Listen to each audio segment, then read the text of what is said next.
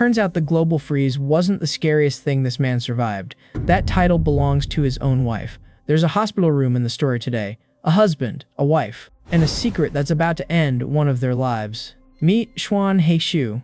He crossed an entire continent, clawed his way up through blood and rank, all so he could come home a favored envoy and finally marry the woman he loved. Except right now, he's standing over her hospital bed, and the woman he loved isn't looking at him. She's looking away, gripping the blanket like she's bracing for something. Because Xuan Haishu already knows, he just needs her to say it. Who is he? Silence. Just her, pale, shaking, refusing to speak a single name. And that's when it gets interesting. Because most people caught cheating, they cry, they beg, maybe they run. Lee Chung-mei does something else entirely. She tells him to stop asking, not out of guilt, out of fear, for him. If you find out who it is, now, you'll die. Now Xuan Haishu isn't just angry anymore, he's confused. Because what kind of man has that much power over a war hero? So he corners her, demands the name one final time, and she finally breaks. She whispers a name. So let's see exactly who this man is, and why saying his name out loud might be a death sentence. If Yang Xin hadn't reminded it that it couldn't eat this, it would have almost stuffed Percival into its mouth. Our king has lost. Percival has lost. Lancelot. He has lost too. Morning night. Tristan clutched his head and cried out in anguish. It's over. It's over. How are we, the Knights of the Round Table, supposed to survive now? He looked at Merlin, his eyes filled with panic. Hey, magician, why don't you go up there and help us save face?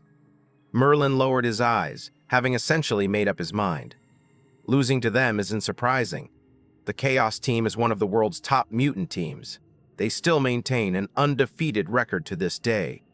He looked at Zhang Yi and King Arthur standing side by side in the distance and thought to himself, these people should never be enemies. We must find a way to win them over to our side. The other Knights of the Round Table also frowned, saddened by the state of the battle. They never imagined that King Arthur would lose, let alone that not only King Arthur had lost, but they had also lost 2 of the other 3 battlefields where they wanted to get revenge. Let's see if Gawain can help us save face. The deep voice of Mordred, the rebellious knight, rang out. With no other option, everyone placed all their hopes on that final battlefield. At least here, Gawain, with his advantage and attributes, did indeed firmly suppress the Fat Man. Once the ice and snow melt, the abilities of an ice-type superhuman become truly useless. At the very least, Fatty Shu has yet to find the most suitable method to get his blizzard within 100 meters of Gawain's body. Gawain was unaware of the situation on the other battlefields. While using his abilities to toy with Fatty Shu, he silently waited for time to pass. And in the sky behind him, the sun was slowly rising to its zenith. Little friend, I'm waiting for the sun to reach its zenith in the sky. What are you waiting for? Gawain pointed one finger to the sky, and a huge fireball formed from his surging flame power radiated an extremely high temperature. The entire sea was steaming, and many dead fish were floating on the surface, their white bellies sticking out. Fatty Shu gripped the 9-toothed rake with both hands. In his first battle after being promoted, he was in a terrible state. Just as Gawain said, Gawain's Eclipse Spear is getting stronger and stronger, and at noon, his Eclipse Spear will reach its peak power. Will Fatty Shu be able to stop him then? He's already having a really hard time blocking it. Fatty Shu was panting heavily, his eyes fixed on Gawain. He had to concentrate on Gawain's every move in order to barely block his attack. In Gawain's right hand, the Spear of Eclipse reappeared, its scorching heat almost driving people mad, and the seawater was bubbling and gurgling. Like a bodybuilder, he gracefully and beautifully hurled the Spear of Eclipse over. Shield wall. Fatty Shu immediately conjured ice and snow, and a huge iceberg rose from the sea with a rumble to block his way. However, it could only block the Eclipse Spear for a moment. Without even making contact, the iceberg was melted, leaving a huge crater. They crossed the iceberg and headed straight for Fatty Shu. This guy is indeed very strong. Zhong Yi couldn't help but sigh. Sun Knight Gawain is the purest form of emission-type mutant. Fire is the most primitive and powerful form of energy emission that humans can master. If it weren't for the influence of the climate, his strength would be much greater. Fatty Shu gritted his teeth. He knew everyone was watching him. He swung his nine-tooth rake in a wide arc to block the eclipsing spear. Splash! The weapon formed from solid ice reached its limit and could no longer stop Gawain's attack, shattering instantly. The spear of Eclipse slammed into Fatty Shu's chest, sending him flying a great distance before he finally crashed into the sea with a plop. If it weren't for his battle armor protecting him, this attack would have probably taken most of his life. Even so, when he struggled to freeze the surrounding seawater and climb onto the ice, you could clearly see red water dripping from the corner of his mouth. King Arthur said to Zhang Yi, "Your mechanical engineer is really amazing. Chaos, can I ask you something?" He took a liking to the armor used by the mutant in Zhang Yi's team.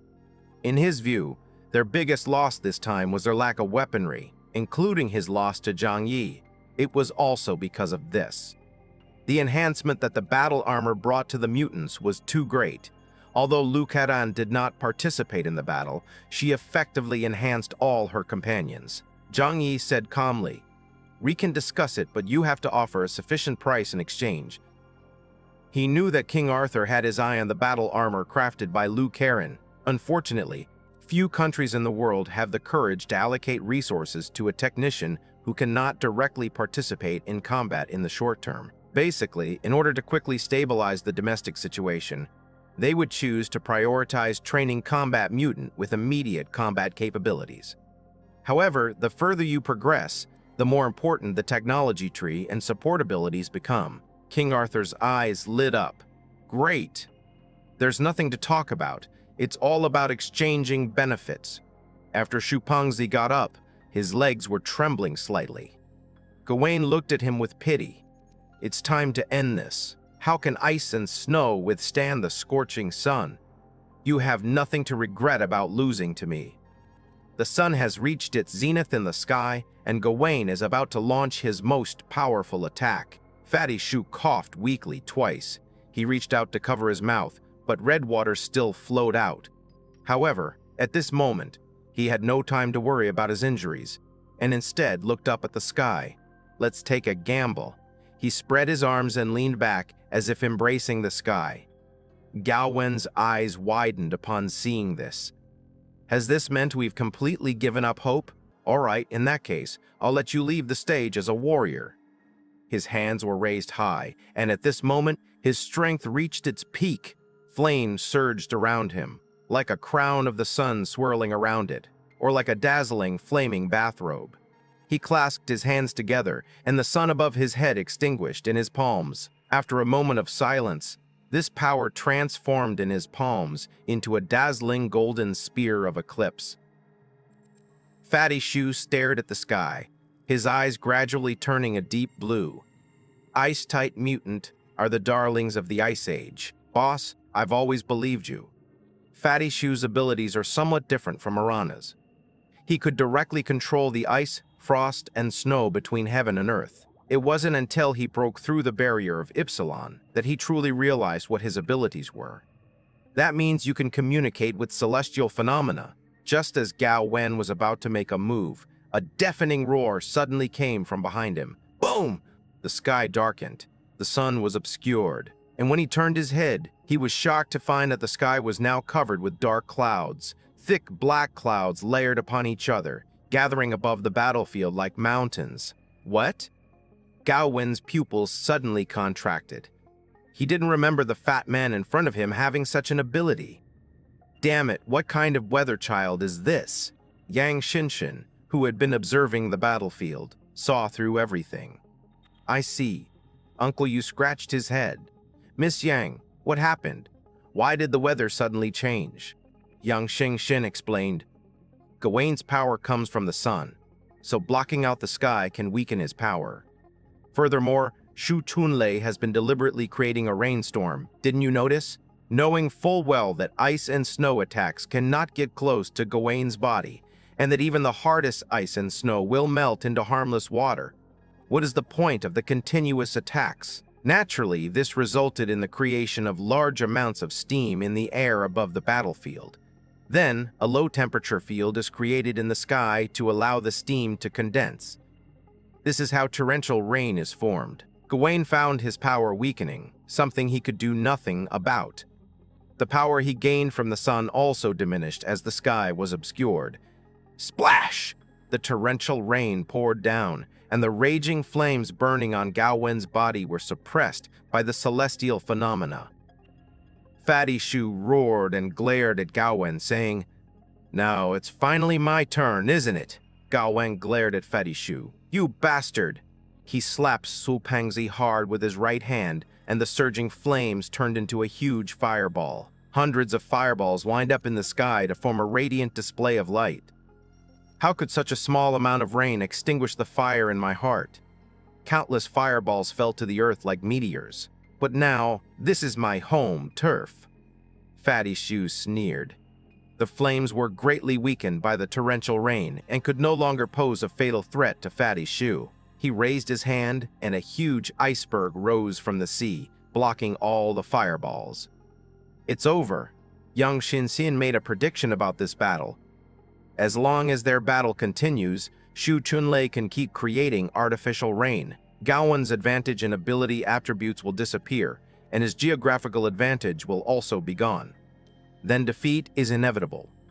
The battle unfolded exactly as Yang Xinxian had predicted. The fire-type superhuman, battling the torrential rain, had his power greatly weakened and was no longer able to inflict effective damage on Fatty Shu. If Gawain needs to expend 200% of his energy to cause the same level of damage, then Shu Pangzi, who has the advantage of favorable timing and favorable location, only needs 30%. This is an ICC, a world of extremely low temperatures. It doesn't even need to consume much energy to have a continuous supply of ice and snow to use. Gawain's flame gradually dimmed, and he finally chose to face defeat with equanimity. I lost. This was just a competition, and Gawain kept a balanced mindset, not fighting to the death with Fatty Shu. Chunlei, well done.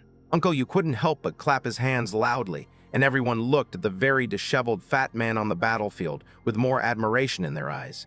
Although the victory was somewhat humiliating, it was quite good for the first battle after the promotion.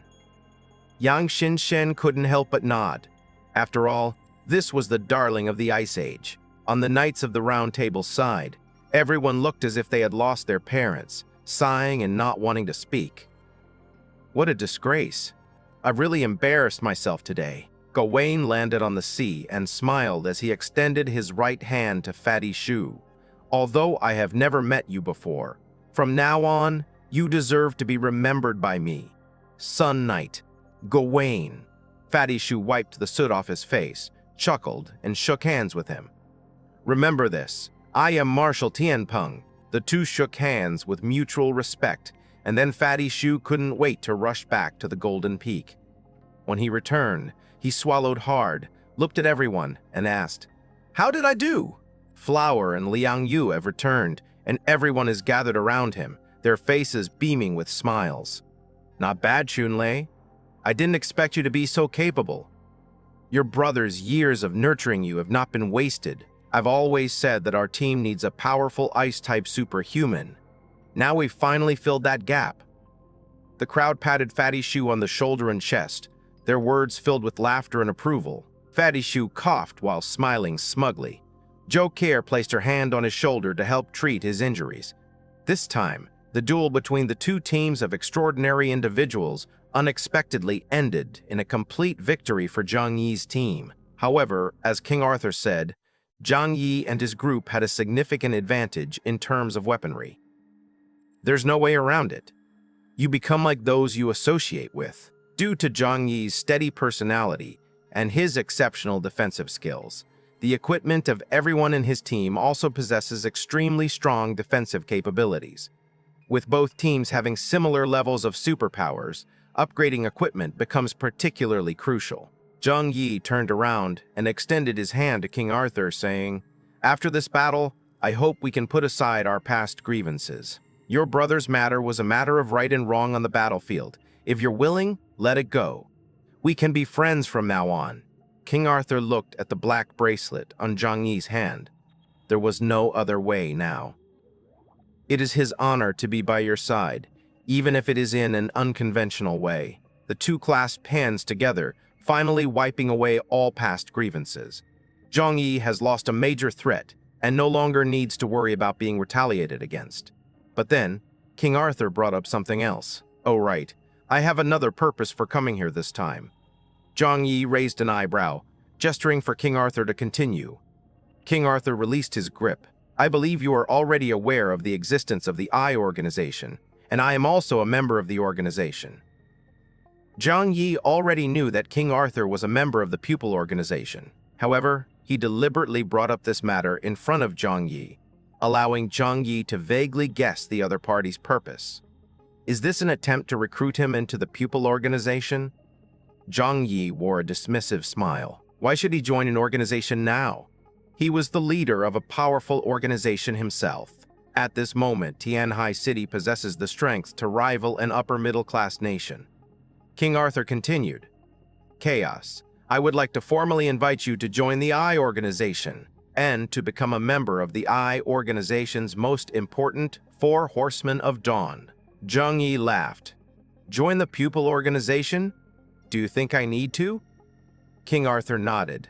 Of course it's necessary. Zhang Yi rubbed his nose, but his face showed no sign of indifference. King Arthur took a deep breath.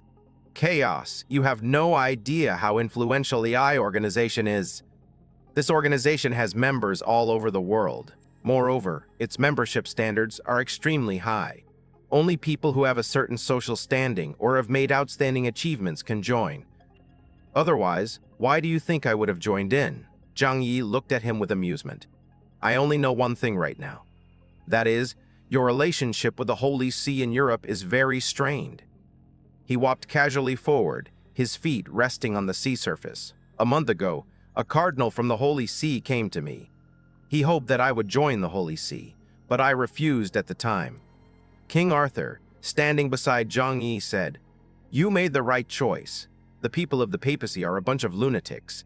Zhang Yi looked at him mockingly. Aren't you guys like that? No. King Arthur firmly stated, The people of the pupil organization are staunch realists. We live in the present.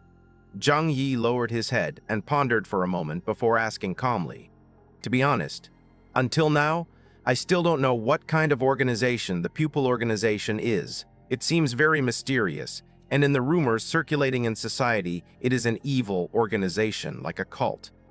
So, explain this to me. What kind of organization is the pupil organization? What is the purpose of establishing this organization? Of course, Zhang Yi said with a smile, holding up one finger. And what benefits would I get from joining you?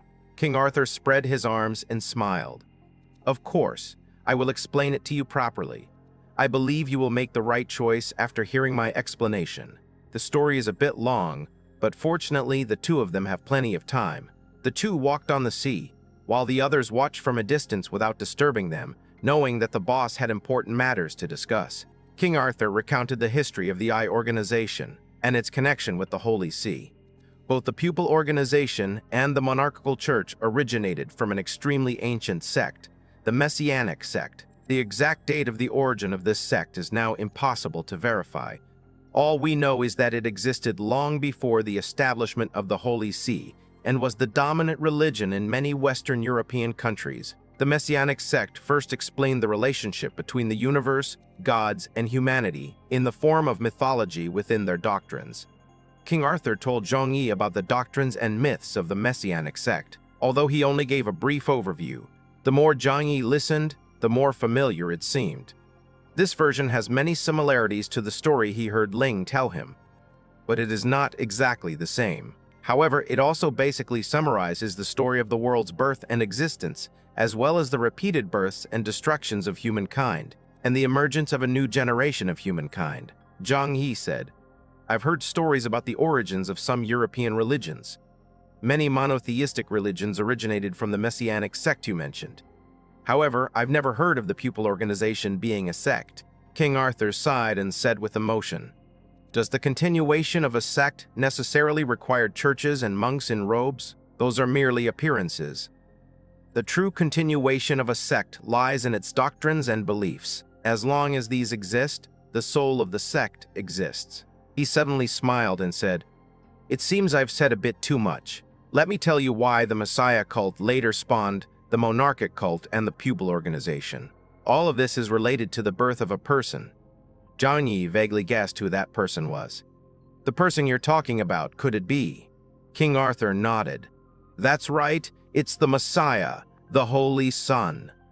Messiah means savior. According to the doctrines of the Messianic sect, this world will one day face destruction, known as the Day of Fall. At that time, the gates of hell will open wide, and the demon king of hell will lead all the demons to destroy humanity, using the human world as a springboard to challenge heaven, this being called himself the Messiah. He displayed extraordinary power before the world, claiming to be the son of the Creator, and to have received divine pronouncements. And it was from his birth that the seeds of the Messianic sect split were sown.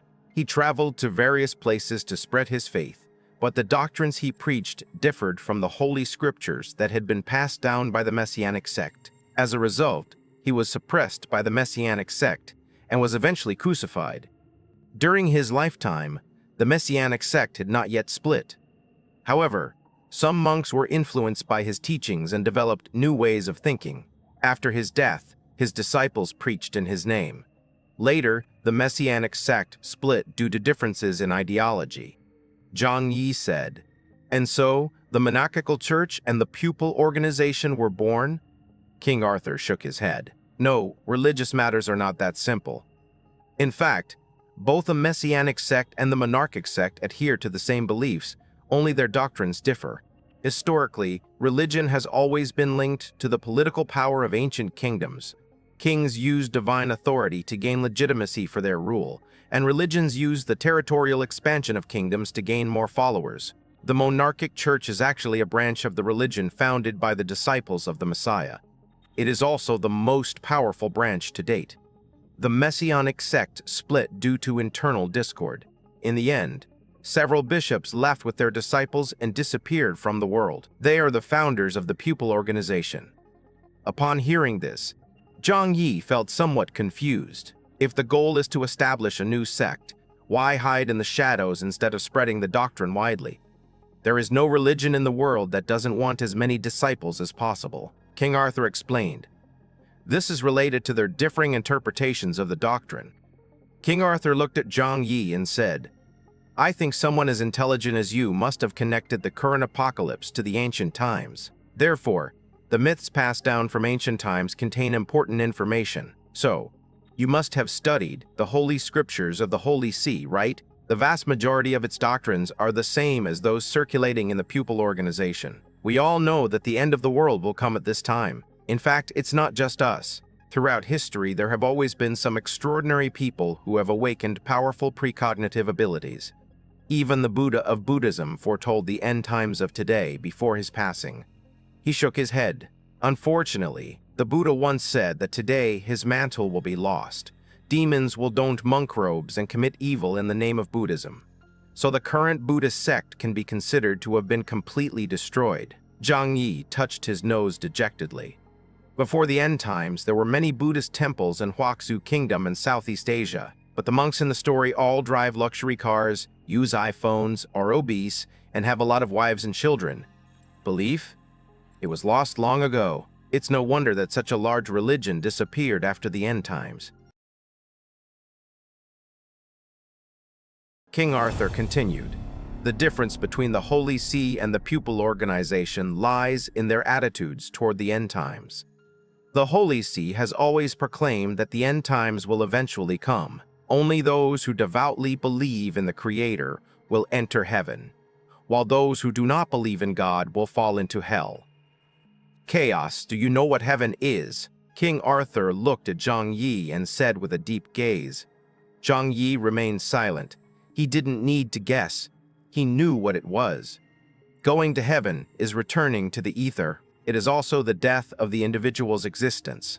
So, what the Holy See ultimately wants is for humanity to follow the Creator's will and, after fulfilling its mission of observing the world, for the true spirit to return to the ether.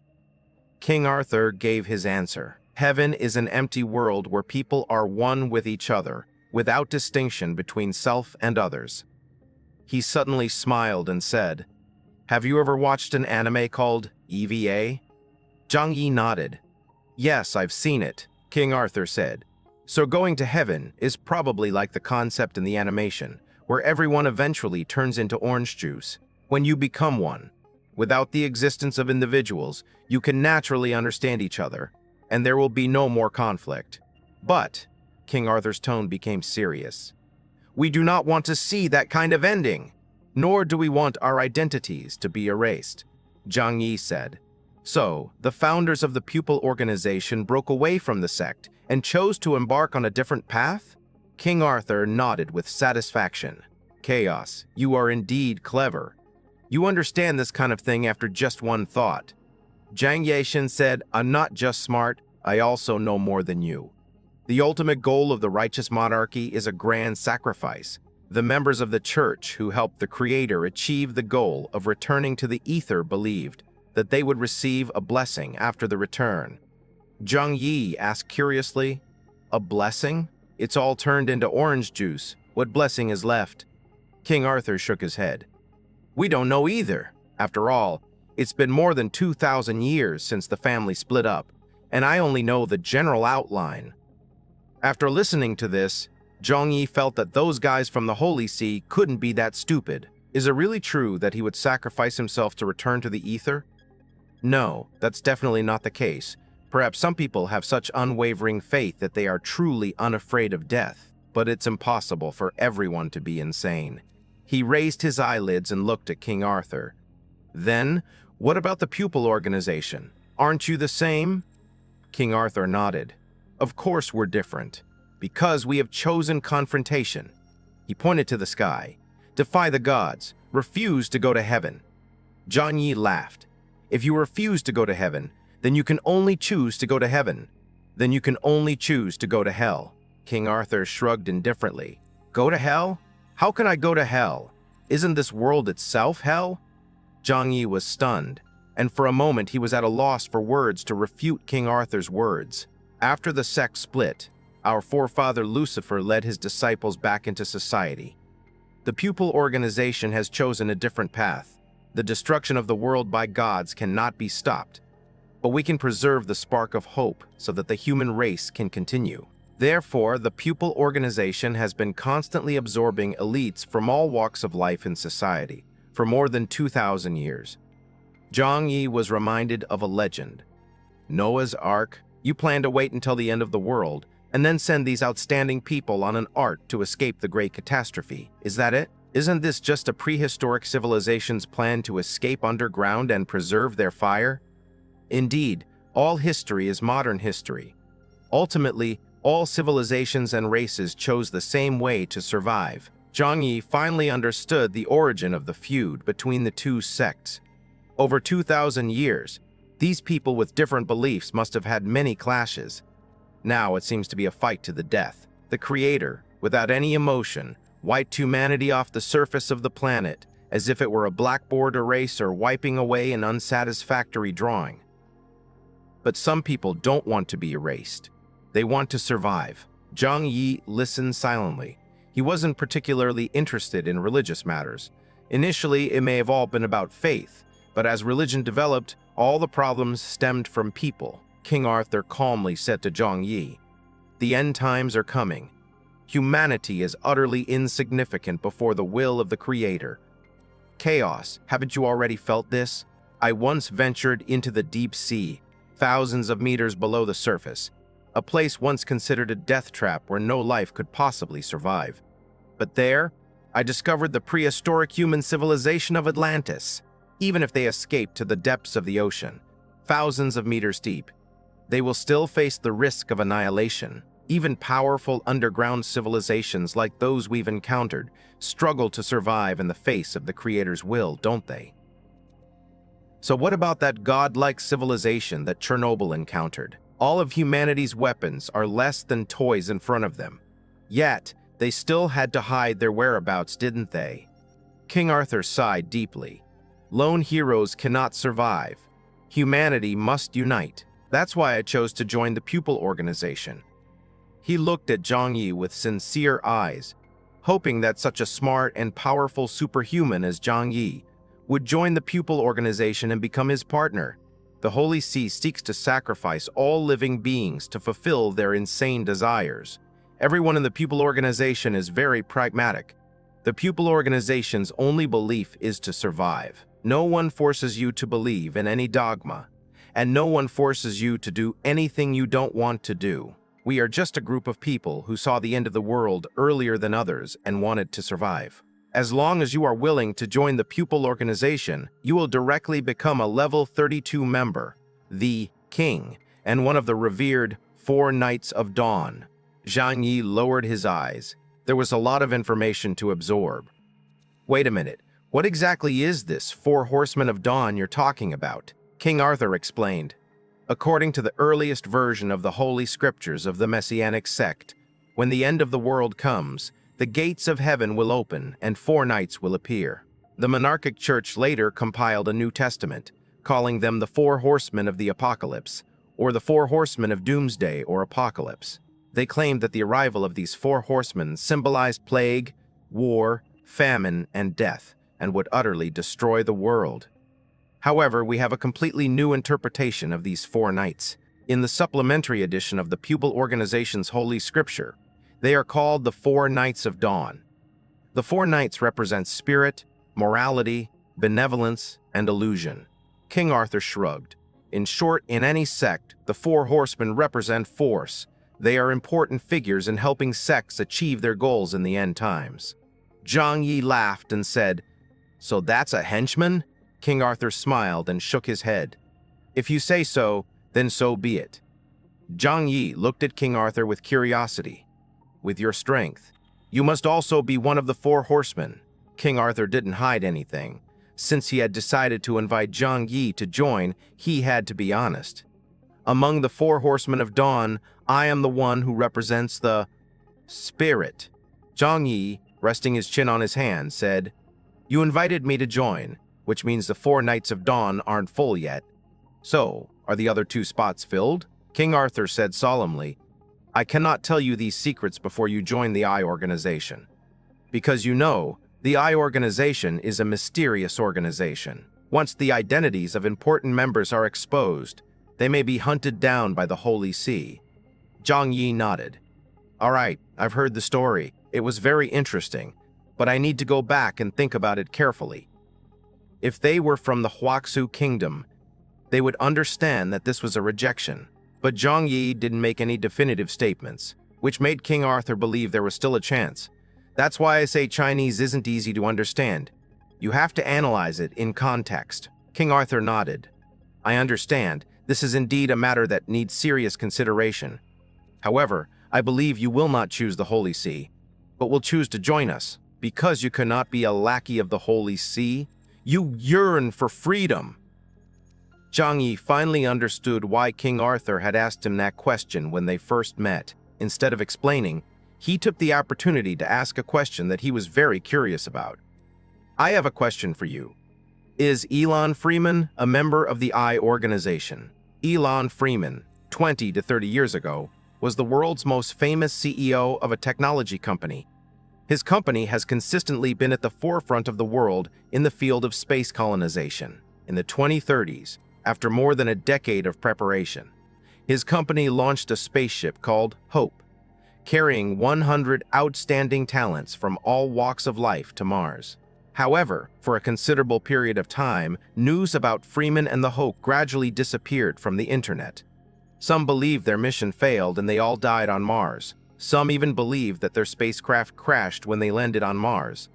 Zhang Yi also had space plans, wanting to escape this dangerous planet. That's why he had Yang Xin investigate Elon Freeman's information and the aftermath of the Hope mission. But he found no trace of it until he asked Brian, who told him it was a top secret in Colombia. Therefore, Zhang Yi suspects that Elon Freeman and his team have successfully established a Martian colony. The reason why Colombia's high command has been blocking information is because they want to keep this escape route for themselves and do not want ordinary people to know. When King Arthur heard Elon Freeman's name, his expression changed slightly, and Zhang Yi knew that he must know something. "You guessed right, he is indeed a member of the Pupil Organization." King Arthur nodded, but then added, however, he has been out of contact with the pupil organization for a long time. All we know is that he did successfully land on Mars and established a Martian base there. As for what happened to them afterward, we have no way of obtaining that level of intelligence. That's Columbia's top-level secret. Zhang Yi felt a little regretful, but the more he felt this way, the more he believed that there was a huge secret hidden behind Elon Freeman's landing on Mars. Perhaps, after successfully landing on Mars by utilizing the energy of the pupil organization, he chose to sever contact in order to avoid being controlled by them. "Don't you have anyone in the upper echelons of Columbia?" Zhang Yi asked. King Arthur nodded. "Of course. But what does that have to do with your question?" His expression was matter-of-fact. The pupil organization is just a loose alliance. Members come together for a common purpose, but apart from the president having the power to issue special orders, no other member, even if there are differences in rank, has the right to order other members to do things. For example, I am a high-ranking official in Britannia, and also a member of the I organization. I would never betray Britannia's secrets to the I organization. You're the same. Joining the pupil organization doesn't require you to betray your country's interests.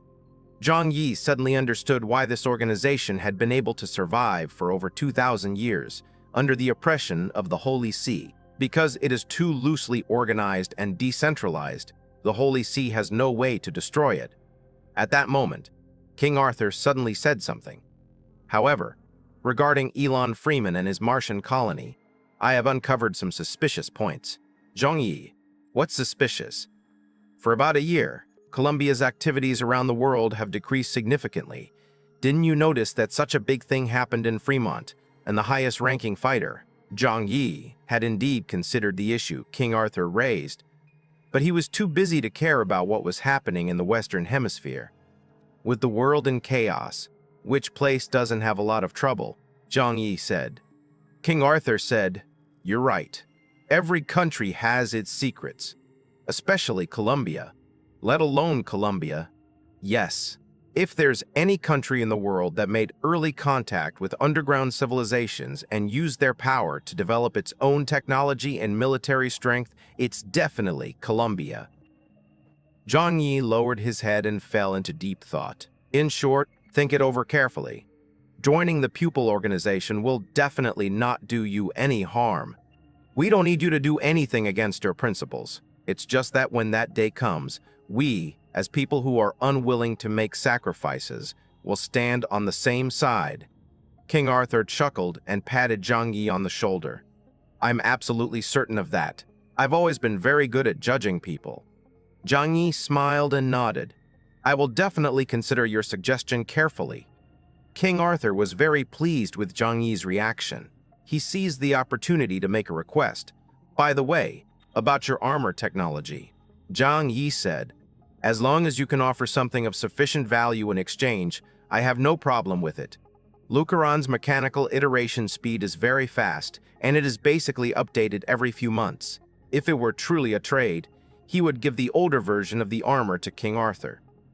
But the price he'll ask for this thing will be unimaginably high. King Arthur rested his chin on his hand, seemingly considering what he should use to make the exchange.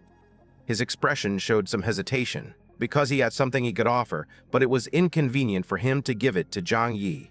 That is the secret of Atlantis, the source of the Knights of the Round Table's power. Take your time to think it over. Let's go back and consider it carefully. We'll keep in touch. Zhang Yi waved goodbye to King Arthur, opened the dimensional gate, and used spatial teleportation to quickly return to the Golden Peak. Everyone surrounded Fatty Shoe and showered him with praise. For Fatty Shoe's first battle in Ipsilon, what he needs is confidence. Upon seeing Zhang Yi return, Uncle Yu quickly pushed Fatty Shoe in front of Zhang Yi. Zhang Yi, Chunlei's performance this time was really good. Zhang Yi nodded. I've always known he's a good person. The statement speaks volumes. It shows that Zhang Yi has always trusted Fatty Shoe's abilities. However, despite the expectant look in Xu Pengzi's eyes, Zhang Yi kept his thoughts to himself. The world is not lacking in geniuses, but in geniuses with good luck. Although Fatty Shoe's talent was average, He was very lucky to have met Zhang Yi, a good boss who treated him well. When fortune smiles, heaven and earth lend their strength. When fate turns, even heroes are powerless. Good luck is also part of talent and ability. After being trained at Epsilon, he spent 3 years learning from Zhang Yi. Unless he's extremely stupid, he's bound to be strong. Perhaps, if you let Fatty Shu carry the 9-tooth rake, it would be very difficult for him to fight in close combat. However, an ice-type superhuman is unlikely to be bad at controlling the situation. "Let's go, let's head back." With a wave of his hand, Zhang Yi sounded the horn of the Jinfeng ship, and Captain Lao Tian immediately ordered the sailors to set sail and turn around. This battle quickly spread throughout the world. The Knights of the Round Table acted with integrity and honesty, and King Arthur was a proud man who disdained to conceal his victories. Losing is losing, and losing to a stronger opponent is also a kind of glory. So the whole world knows that from this day forward, the title of the world's #1 superhuman team has changed hands. Everyone knows that in Tianhai City of the Huaxu Kingdom, which is independent of any regional organization and exists outside the secular world, there is a powerful superhuman named Chaos. The mutant under his command are all incredibly strong, possess extraordinary abilities, and are as powerful as demons and gods. They even gave Tianhai City, this mysterious place that had caused many forces to fail, a name that was half joking and half respectful: Donghai Martial Emperor City, North Africa. This is the warmest region in the world, located across the equator, and its climate is considered pleasant even in the post-apocalyptic world. This land boasts a very complex civilization, from ancient primitive tribes to modern nations. On this continent, one can glimpse thousands of years of human development. The most developed countries are inevitably those located in North Africa, bordering the Eurasian continent. Kaje is the largest country in North Africa after the apocalypse. With a population of 20 million, it rivals even some of the world's most powerful nations. The 3 years of the apocalypse were spent under the rule of Kensain, the supreme leader of the kingdom of Kaje. This country is extremely mysterious because after General Sein's failed expedition to Rome, he closed off the entire country and refused to communicate with the outside world. However, it must be admitted that in the several wars against the invasion of the Northern Kingdom, Commander-in-Chief Sai led the Kaje National Army to fight very well. For a considerable period afterward, the outside world had no way of knowing anything about this land, let alone what kind of life the people there led. This place seems to have become an existence independent of the rest of the world. However, the people of Kaje are very happy. They believe that only those who live on the African continent are the chosen ones in the Ice Age. The people of Kaje are the chosen ones of God, for they are fortunate to be led by a great figure. 2 o'clock in the morning. The sky was dark, as if a huge black curtain had shrouded the sky above the kingdom of Kaje. At this moment, all was quiet. In an apartment building in Purisan, the capital of Kaje, the sound of a telephone could be heard coming from one of the rooms. Purisan, the capital of Kaje, boasts the best living environment in all of North Africa, with temperatures remaining above -30 degrees Celsius, even in the coldest winters. Even in summer, people can go out and move around freely simply by wearing thick down jackets. And the houses here are incredibly valuable, with every inch of land worth its weight in gold. No, it's expensive, but unavailable. Money is useless at this point. Only those who have made outstanding contributions to the kingdom of Kaje and their relatives can live here. And it is clear that the people living in this apartment building are not ordinary people. The phone call woke up the room's occupant, a long-haired man with an Asian face, who hurriedly got out of bed to answer the call. In his haste, he didn't even wear shoes, walking barefoot on the marble floor, which was very dangerous at the time, as it would certainly make him sick. But he couldn't care less about those things, because the telephone is also a very precious thing in this country. North Africa was already lagging behind other civilized countries, and after the apocalypse, infrastructure projects almost came to a standstill. That's why they used telephones from half a century ago as a means of transportation, and not every household can install such equipment. This is not for ordinary people to use, and ordinary people don't use telephones to communicate. When you receive a call at this time, there are only three possibilities. First, you're being investigated by a special department in Kaje and summoned for interrogation by secret military police. This means you may have committed an intolerable offense, and 9 times out of 10 something serious is about to happen. Secondly, he was summoned by the Supreme Commander of the Kingdom of Kaje, Commander-in-Chief Xuan. Thirdly, war has broken out in the Kingdom of Kaje. Everyone must be mobilized, take up all available weapons, and fight the enemy. The man who answered the phone had a relaxed expression on his face.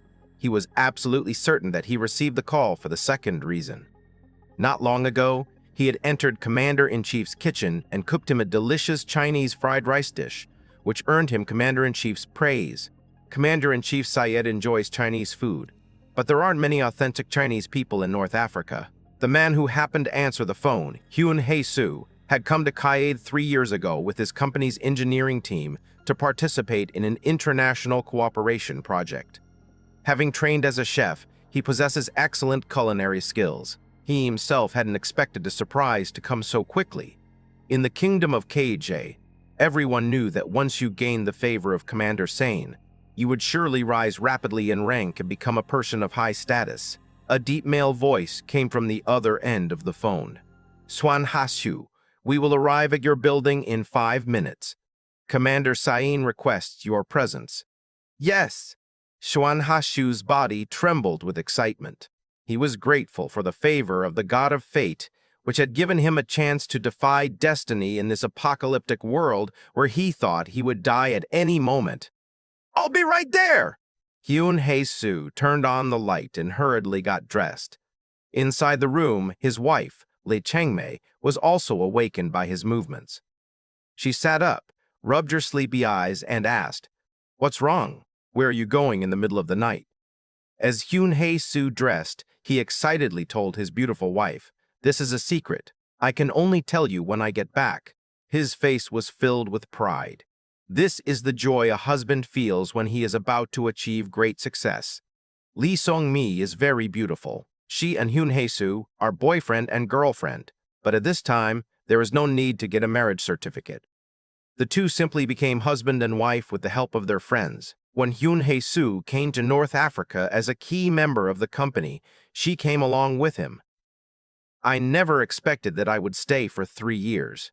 As a woman, she possessed the gentle beauty of an Eastern woman, which is rare in North Africa. Li Sungmi was completely confused by what Xuan Su said, but Xuan Su had already hurriedly dressed, wrapped himself up tightly, and gone out. Downstairs, Xuan Su paced back and forth in the cold night wind. After a short while, 2 blinding lights appeared in the darkness. A military light-armored vehicle drove up in front of him.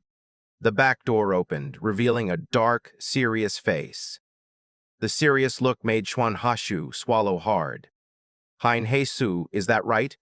The officer asked coldly. Xuan nodded quickly, and the officer told him to get into the car.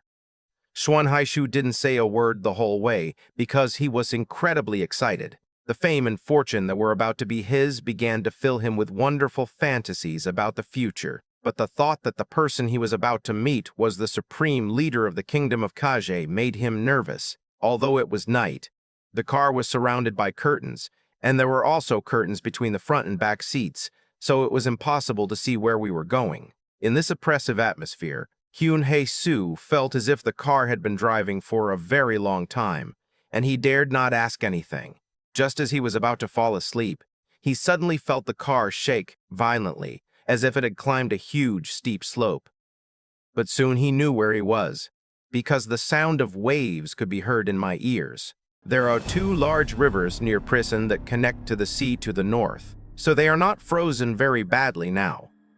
He was certain that he was on a great river. Throughout the journey, the dark-faced officer sat beside him, his face seemingly made of black iron, without the slightest change in expression. Xuan Su didn't dare to ask any more questions. About half an hour later, I suddenly heard a conversation. Thump!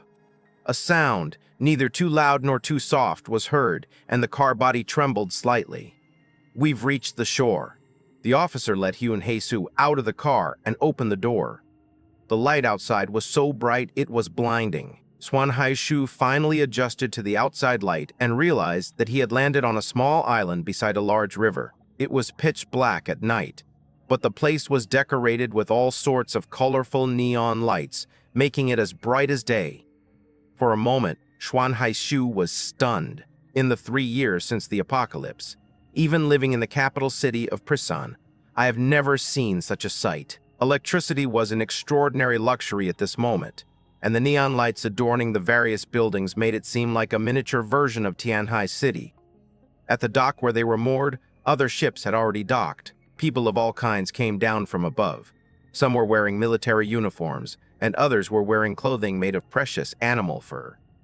But soon, Xuan Haishu's gaze was drawn to a clearly different ship in the distance, because those who stepped off the ship were beautiful women of all colors and stunning looks. If you didn't know better, you'd think it was the Olympics, because there were people of all races. They were wrapped in thick coats, but their slender, long legs were still visible underneath. Even in sub-zero temperatures, Hyun Hae-soo admired their physical fitness. Just as Sheng Haishu was in a daze, the officer next to him nudged his arm. Sheng Haishu snapped out of his daze and quickly lowered his head, adopting a fawning expression. The officer said, "You're lucky to be able to attend Commander-in-Chief Sane's banquet. To avoid doing anything inappropriate, you'll need to stay close to me. I'll tell you what to do." Xuan Haishu thanked him repeatedly and took the opportunity to ask the officer's name. The other party was clearly no ordinary person, as evidenced by the lieutenant colonel rank on his shoulder. The other party told him in a very cold tone that he was the special operations captain of Commander Sai's personal guard, named Kui Zi. Hyun Hae-soo stayed close to Lieutenant Colonel Choi Tak because he was worried about making a mistake. Those who came with him were probably all guests of Commander Sane.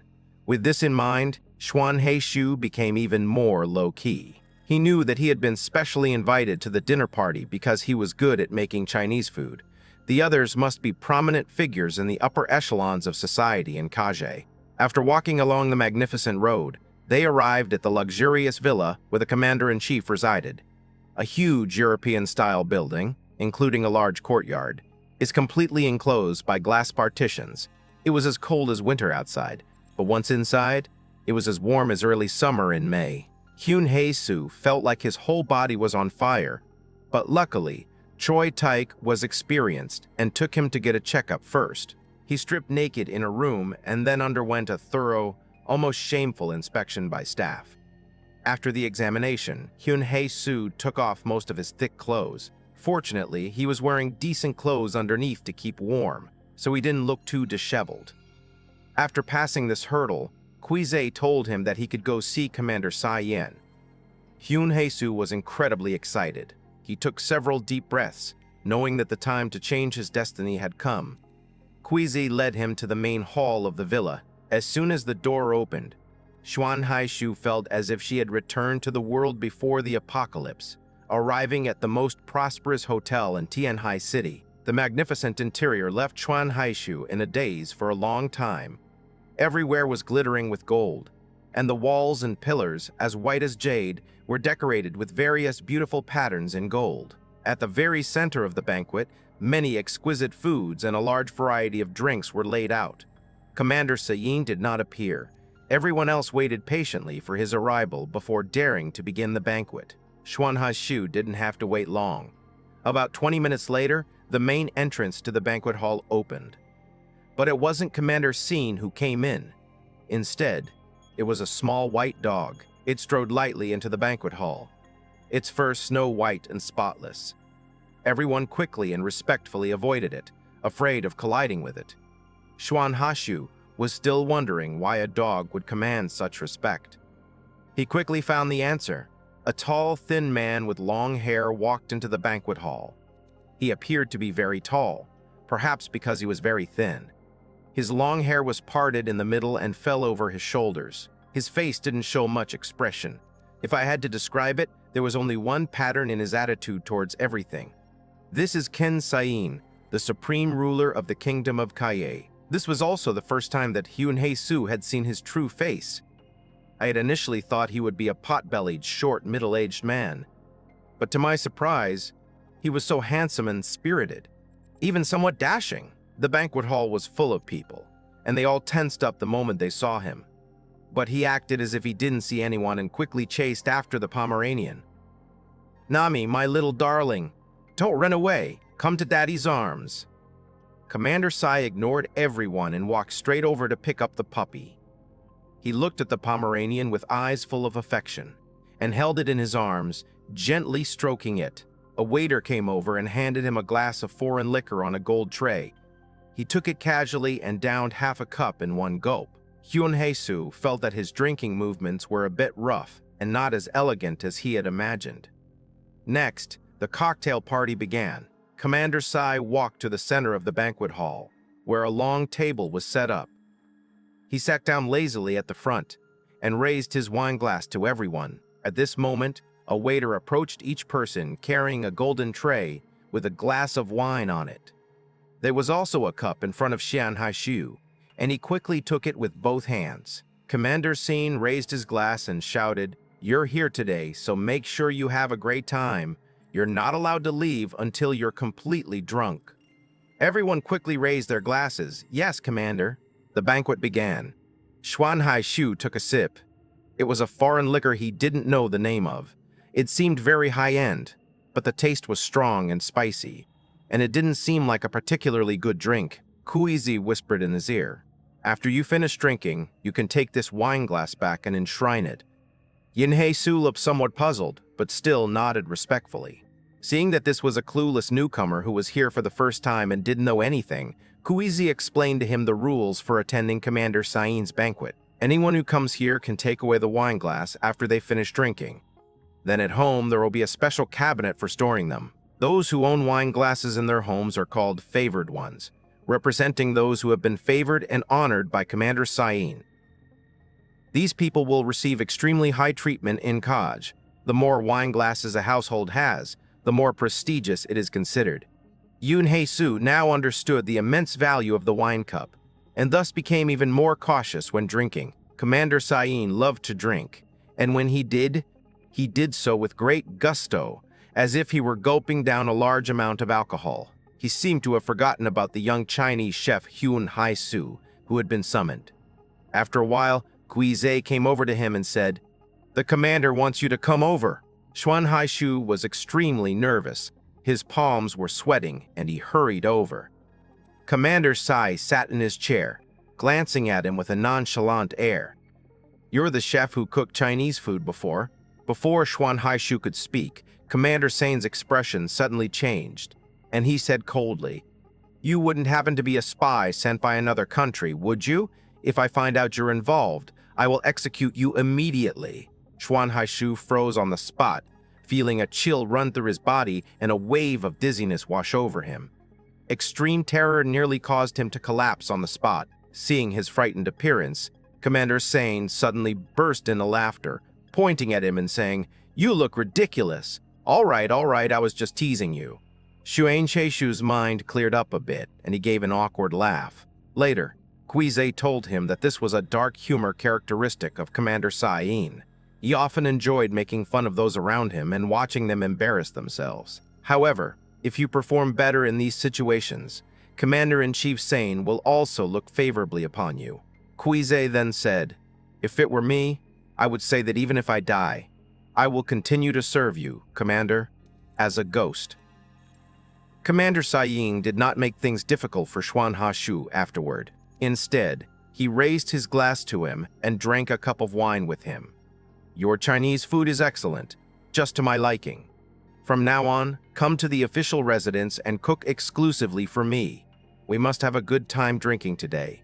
He stood up, patted Xuan Haishu on the shoulder, and said, This gesture brought Xuan Haishu to tears on the spot, for such an honor was one he would remember for the rest of his life.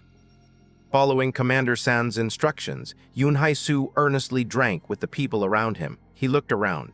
This place was filled with the upper echelons of the kingdom of Kaje. Most of them had glass cases overflowing with the wine cups of the imperial patrons they had received. He had to consider whether this was his only chance in life to change his fate and become a superior person. Lieutenant Colonel Kaje walked over with a glass of foreign liquor and clinked glasses with him. "You're a very lucky guy. The commander once lived in the Huaxu Kingdom and especially loves Cantonese cuisine. Serve the commander well from now on, and you'll benefit immensely." Hyun-Hae-soo quickly picked up his wine glass, his gratitude towards Commander Sane overflowing. "I will always remember the commander's kindness. I can never repay it, not even in lifetimes." After saying this, to show his sincerity, he actually drank a glass of strong liquor in one gulp. Cough, cough, cough, cough. Looking at his slightly comical appearance, Kaje reached out and patted him on the back in a friendly manner. "For the commander, give your all." People came over and raised their glasses to Xuan Hashu. He clinked glasses with them one by one, but unfortunately, he couldn't hold his liquor. After drinking 2 more glasses, he passed out. When Xuan Hashu woke up, he was met with a blinding light. Sunlight streamed through the glass window and shone on his face. He sat up in bed, feeling a terrible headache. Looking around, it was a place similar to a military dormitory, with a very simple layout. He recalled what had happened last night and felt deeply ashamed and somewhat uneasy. Commander-in-Chief Sayin valued him so much, probably intending to taste his cooking, but he didn't expect him to be so useless and quickly got drunk. Hyun-Hae-soo dressed and walked out of the room. There were 2 soldiers guarding the outside. After seeing that Hyun-Hae-soo had woken up, they asked him to wait a moment. They then reported to whom using communication devices. Not long after, Kaje arrived here. Hyun-Hae-soo said apologetically, "I'm very sorry, I lost my composure yesterday." But a smile crept onto Kaje's usually stern face. "You did a good job yesterday. Commander-in-Chief appreciates your generosity. From now on, you can enter the commander's residence and cook for him." Xuan Haishu was extremely grateful. He used to cook for officers in an official unit, but now he has been promoted to Imperial Chef, which will greatly improve his treatment and status. "Thank you, great commander." Later, Choi Taek actually personally escorted Hyun-Hae-soo back, which flattered Hyun-Hae-soo. He could tell that Choi Taek held a high position in the Imperial Guard. Hyun-Hae-soo returned home, clutching the box containing the wine glasses tightly in his arms. He had intended to share this honor with his wife, Lee Chang-mei. However, when he returned home, he found that Lee Chang-mei was not there. Hyun-Hae-soo found it a bit strange. Lee Sung-mi's identity was that of a writer who was responsible for writing articles for some official channels and media and did not need to go out to work. It was freezing cold outside, and she didn't like going out. Xuan Hashu didn't think much of it. He was now a high-ranking member of the imperial consorts, and his wife would be the envy of the neighborhood women. It was good for him to go out more. After all, others should know about this. Hyun-Hae-soo waited all day, and Lee Sung-mi didn't return until evening. Hyun-Hae-soo walked over excitedly, but when he saw Lee Sung-mi, a look of worry appeared on his face. Lee Sung-mi's face was somewhat pale, and although she was wearing thick concealer, it was still clear that she was in very poor condition. "Chung-mei, what's wrong?"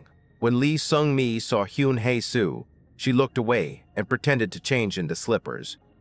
"It's nothing. I think I caught a bit of a cold, so I went to the hospital to get it checked out."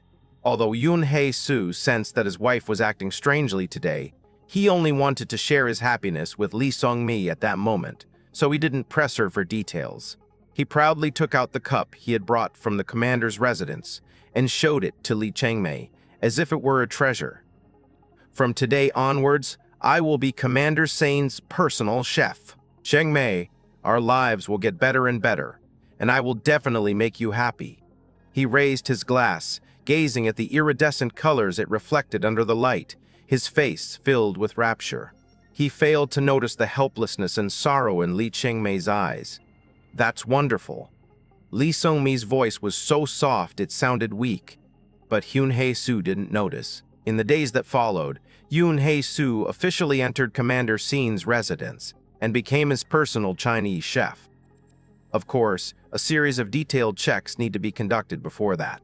It was imperative to ensure that he was in perfect health and that he be thoroughly searched from the inside out every time he entered the official residence. But for Hyun-Hae-soo, None of these things mattered at all compared to the glory of cooking for the commander. Gradually, as he spent more time with Commander Sane, he discovered that this man was not as the outside world described him. Despite being a godlike being, you have to admit, he is a true gourmand, extremely picky about food.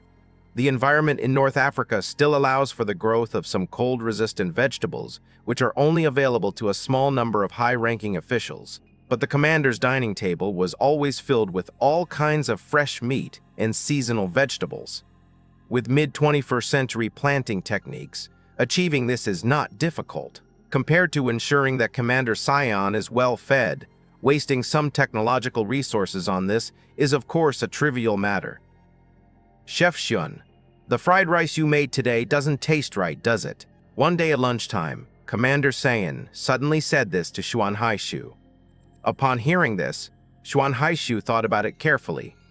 All ingredients are carefully selected by specialists, ensuring the freshest quality is used. Even the rice used to make Emperor's fried rice is left to sit for seconds.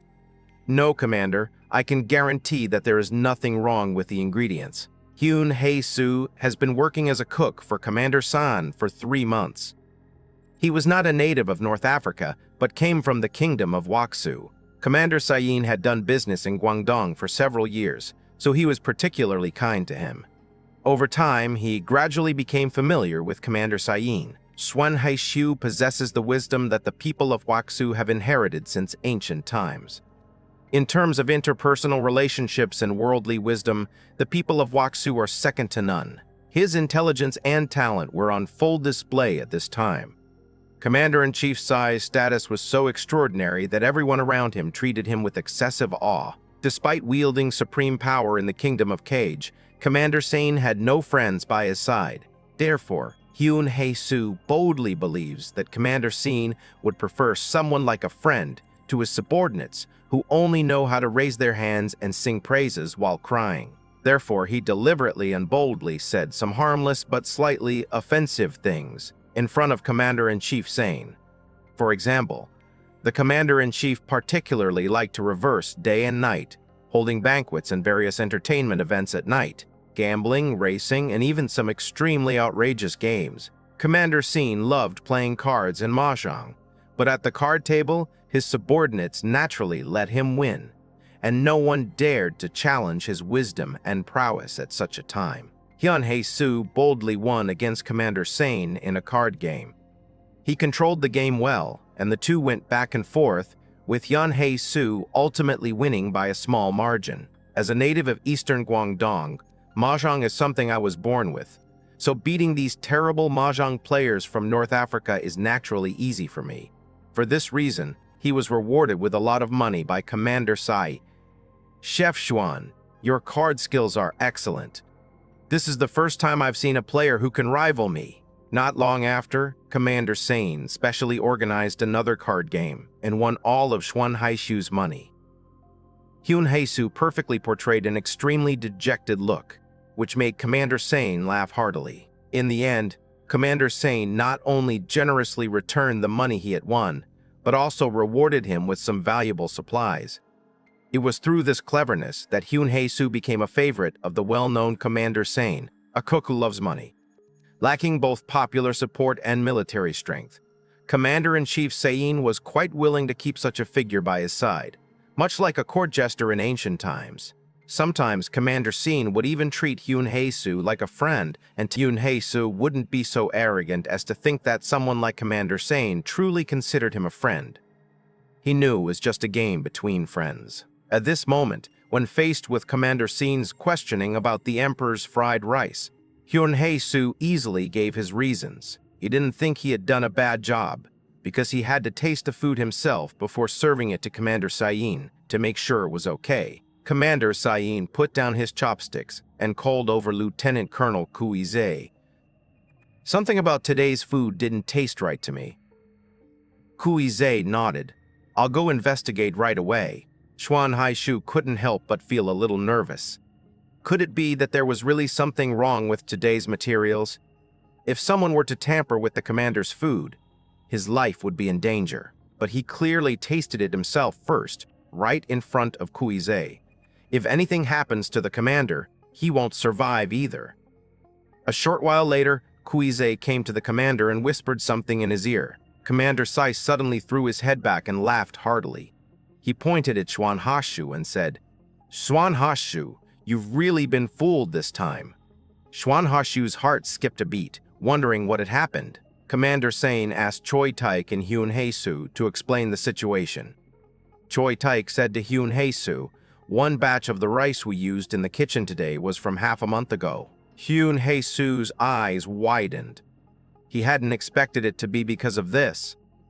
He remembered that there was indeed a small amount of old rice in the rice bag. He was worried about wasting this precious food, so he had mixed it with the new rice. He figured it was only a little, so there wouldn't be any problem. To his surprise, Commander Sain tasted it immediately. He quickly apologized. Commander Sane was very pleased with himself for defeating Yuan Hae-soo. He waved his hand magnanimously, only telling Hyun Hae-soo that he must use the best ingredients when cooking for him in the future, and not to be unnecessarily frugal. The days passed by like this. Hyun Hae-soo often attends Commander Sane's banquets, and he always gets completely drunk, because Commander Sane likes people who drink heartily. However, to be more precise, he enjoys seeing others get drunk and lose control in front of him, finding amusement in it. Hyun Hae-soo is very good at interpersonal relationships, so he deliberately got himself drunk. The glass cabinet in his house, which was originally used to store wine glasses, was already full, so he had to ask his wife, Lee Chang-mei, to buy a new one. This time, however, Lee Chang-mei remained silent after hearing his words. She sat on the sofa by the window, gazing into the distance, lost in thought.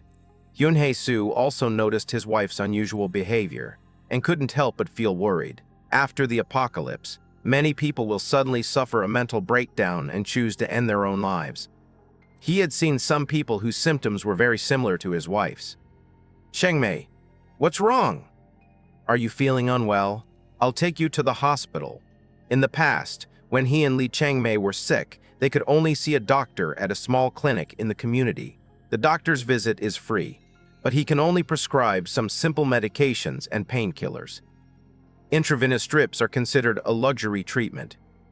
But now, he is a highly sought-after favorite and can take Lee Changmei to more advanced hospitals. Upon hearing that she was going to the hospital, Lee Changmei instinctively flinched and then quickly shook her head.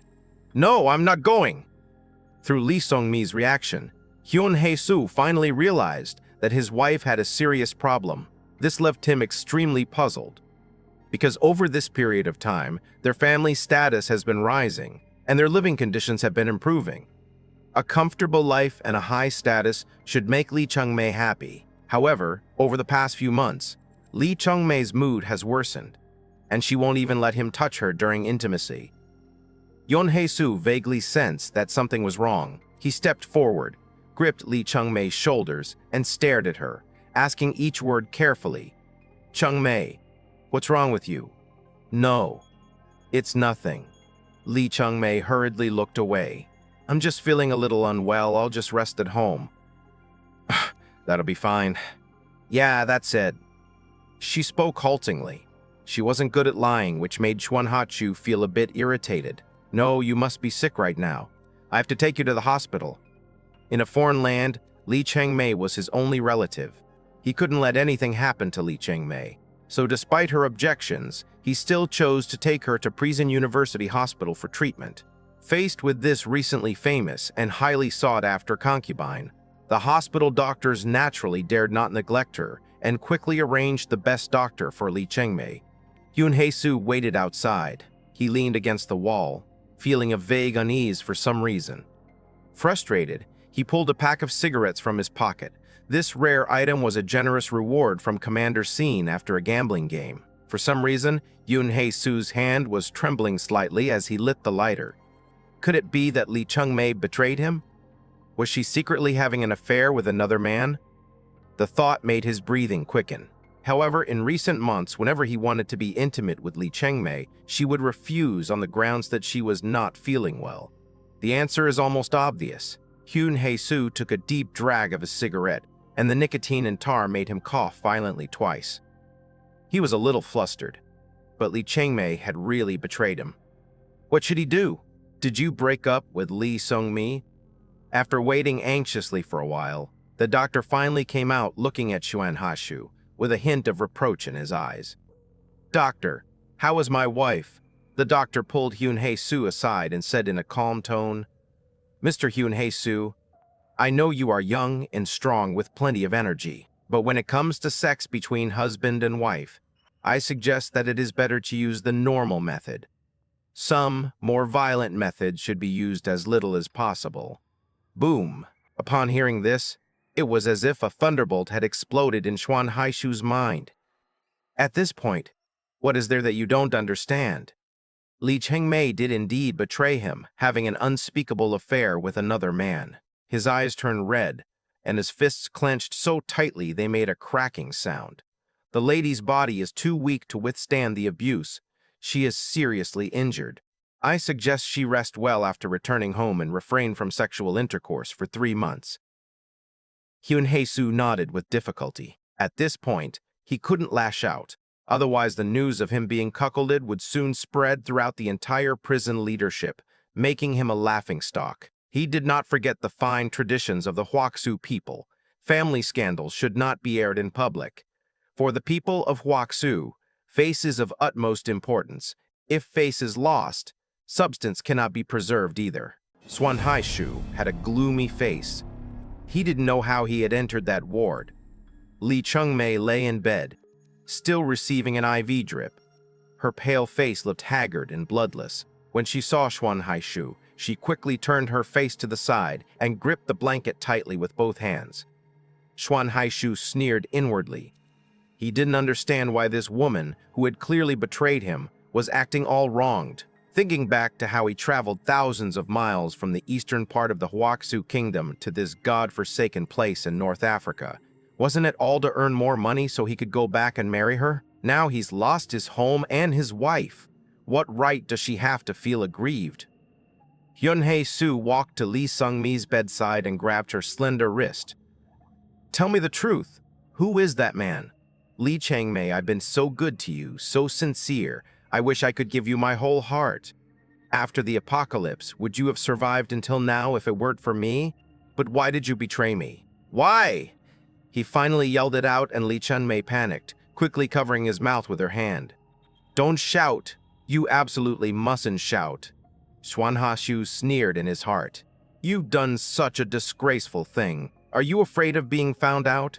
Disgusting. You really disgust me now. He cursed angrily, and as he cursed, 2 lines of clear tears rolled down his cheeks. Seeing him like this, Li Changmei couldn't help but cover her face and burst into tears. The 2 of them were in the hospital room. Hyun-Hae Soo was crying and laughing intermittently, looking like he was about to break down.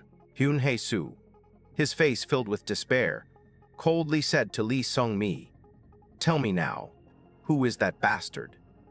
I am now a favored envoy of the kingdom of Kaje. Anyone who dares to touch my woman will be killed by me. Ka! He shouted angrily, his voice hoarse like a duck's, a sign of extreme grief and indignation.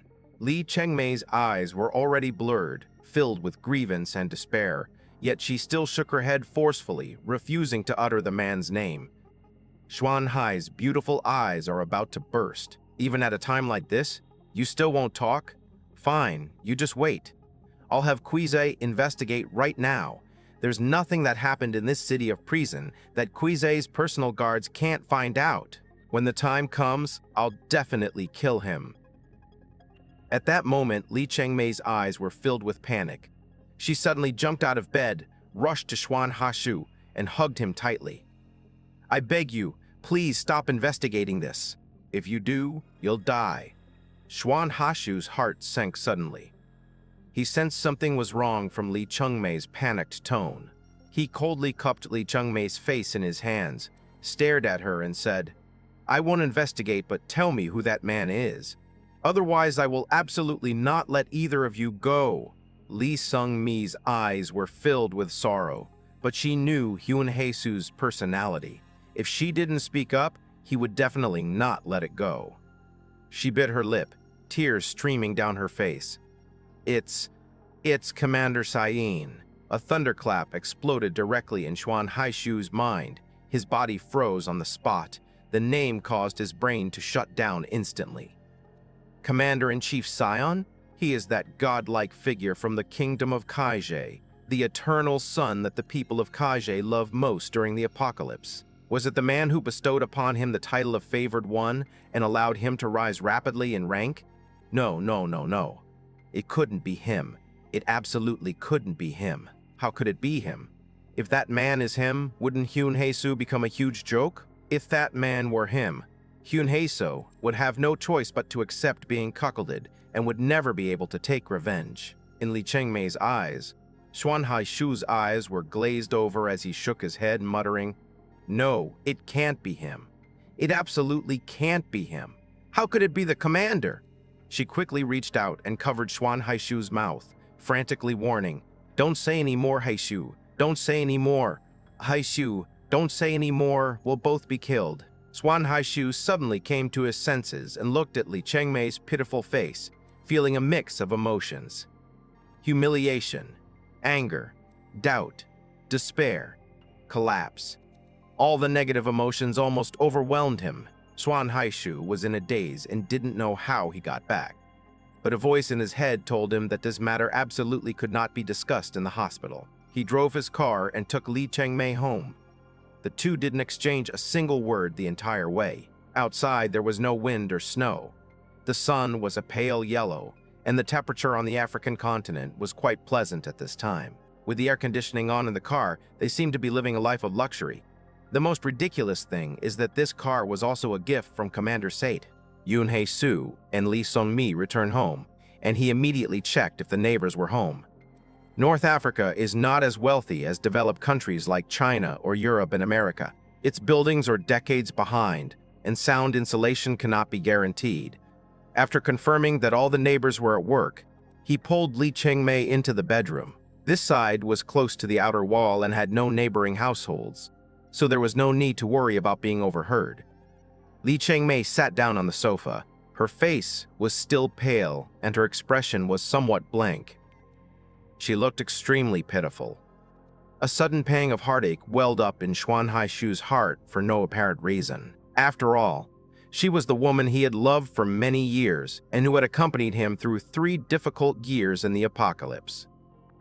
They are lovers, but more importantly, they are family who depend on each other for survival. They are each other's support in life. Xuan Haishu felt a mix of emotions.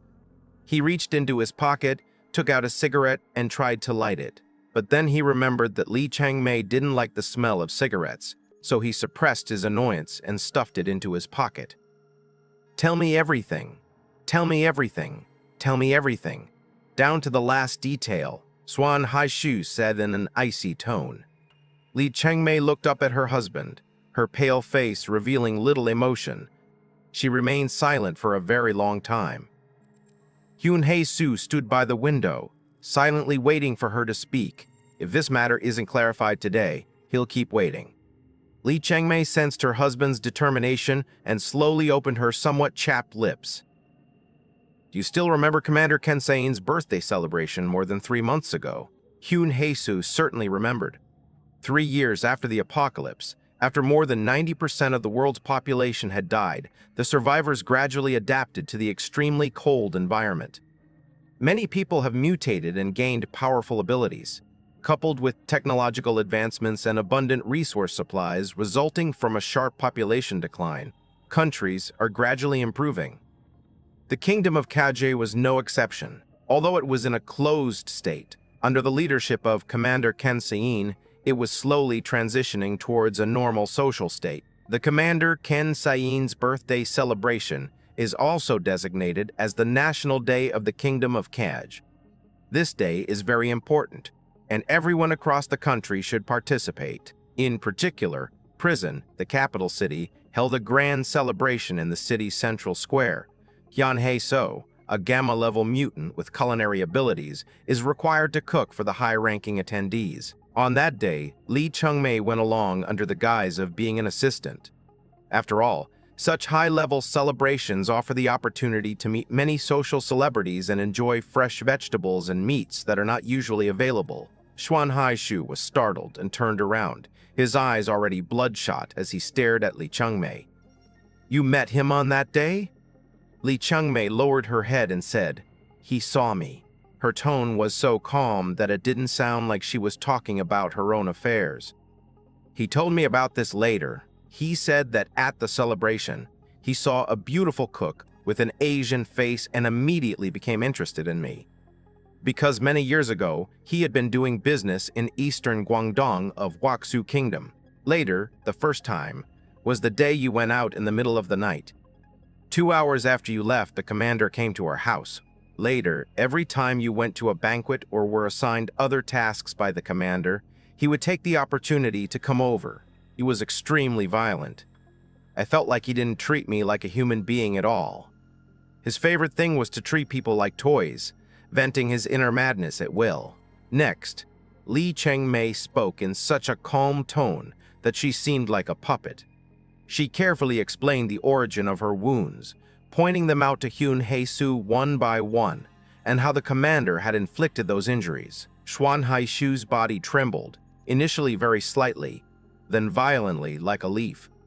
According to Lee Son-mi, Commander-in-Chief Sai's actions were simply like those of a devil. His gaze, reflected in the window pane, fell upon the cabinet he had carefully placed in the center of the room. A transparent glass cabinet stood tall in the center of the room, filled with wine glasses he had received from the banquet. There are pure gold ones, glass ones, crystal ones. Those wine glasses, once considered the highest honor, he now knows were all obtained by his wife in exchange for her body. Yun Hae-soo is almost going crazy. He wanted nothing more than to overturn the entire cabinet and smash those wine glasses to pieces. However, he ultimately lacked the courage. Because the commander is sacred and inviolable, even simply throwing his photo on the ground would be severely punished. If he damages the goblet that symbolizes glory, he will surely die. Ha ha! Xuan Haishu laughed, appearing as if he had gone mad. His most cherished wife was being played like this, but he had no way to get revenge on that man. This devastated him. Countless thoughts flashed through my mind. He even wanted to poison Commander Cyan and kill him. However, this idea was too naive, because the commander-in-chief was very concerned about his own safety, and everything he ate and drank had to be checked by multiple layers of authorities every day. When cooking, soldiers from the Royal Guard would supervise the process.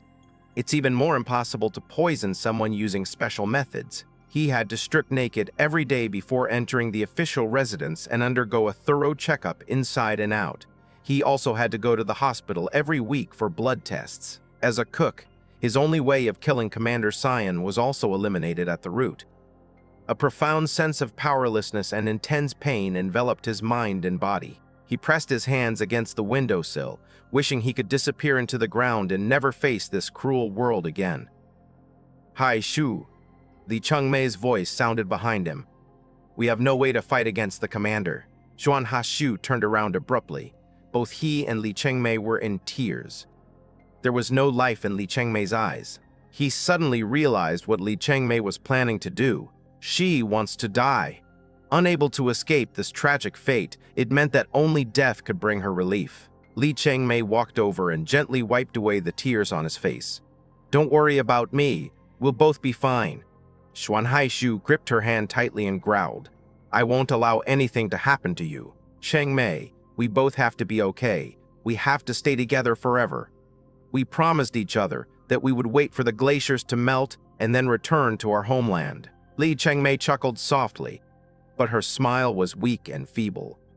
Both she and Hyun Hae-soo knew that this was just wishful thinking. North Africa is thousands of miles away from Huaxu Kingdom, and Kaje Kingdom is isolated from the world, so they have no way to leave. In the end times, population is a very important resource. Besides, what about a woman like Li Chengmei, who has already been favored by the commander? Hyun Hae-soo was not unaware of such rumors circulating in private. Commander-in-Chief's wife died when the apocalyptic cold wave arrived, and he never remarried. But how could a man like that lack women around him? It is common to hear that the wife of a certain military officer has an indescribable relationship with Commander-in-Chief Said. Some even say that commanders who love to tease others enjoy cheating on them, then deliberately find an opportunity to let them know while enjoying the inner pain of the other person. And on the surface, they still have to show loyalty to him. In fact, as long as he sacrificed his wife, he could gain a high-ranking official position and a generous salary. Many people do the same. But Yoon Hae-soo couldn't do it. Looking at his wife, who was already in despair, his sense of responsibility as a man, and his inner grief and indignation gave him a bold idea. He pulled Lee Changmei's slender body into his arms, warming her with his own. "Changmei, let's run away!" Lee Changmei raised her head, and her previously lifeless eyes gradually regained focus. What a woman loves to hear most is a man's promise that gives her hope.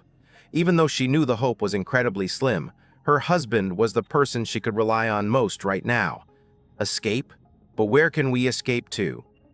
The kingdom of Kaje is unlike kingdoms such as Kwaksu. For example, in the Jiangnan region, people are generally divided into 3 types. The first type is people with official positions within the region, whose information is registered by each region. The second type consists of dissidents who operate outside the designated regions and are not subject to jurisdiction. These individuals do not receive protection from the regions, but are free to move about. Due to shortages of resources, most of them are forced to engage in gang activities. The third type is someone like Zhang Yi. They possess strong abilities but are unwilling to be constrained by the regional leadership. Therefore, they are in a position of obeying orders but not directives. In short, they have a cooperative relationship with the regional leadership. However, in Kaje, because it is located near the equator, it is less affected by extreme cold, and both its population and infrastructure have been well preserved. Therefore, a relatively complete social structure still exists here. There are no disobedient people. The kingdom of Kaje manages every citizen precisely.